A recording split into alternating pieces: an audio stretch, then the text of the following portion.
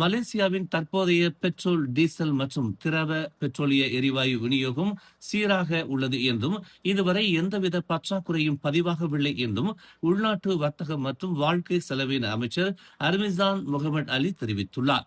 இதுவரை எழுப்பப்பட்ட பிரச்சனைகள் குறிப்பாக தேவை அதிகரிக்கும் பண்டிகை காலங்களில் சில இடங்களில் சில மணி நேர விநியோக தாமதங்களை ஏற்படுத்திய தனிப்பட்ட தளவாட சிக்கல்கள்தான் என்றும் அவர் கூறினார்.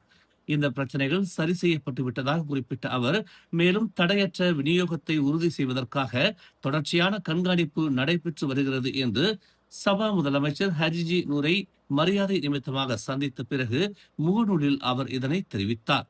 எரிபொருள் கையிருப்பு போதுமானதாக இருப்பதால் பொதுமக்கள் பீதியுடன் பொருட்களை வாங்க வேண்டாம் என்றும் அர்மிசான் கேட்டுக்கொண்டார்.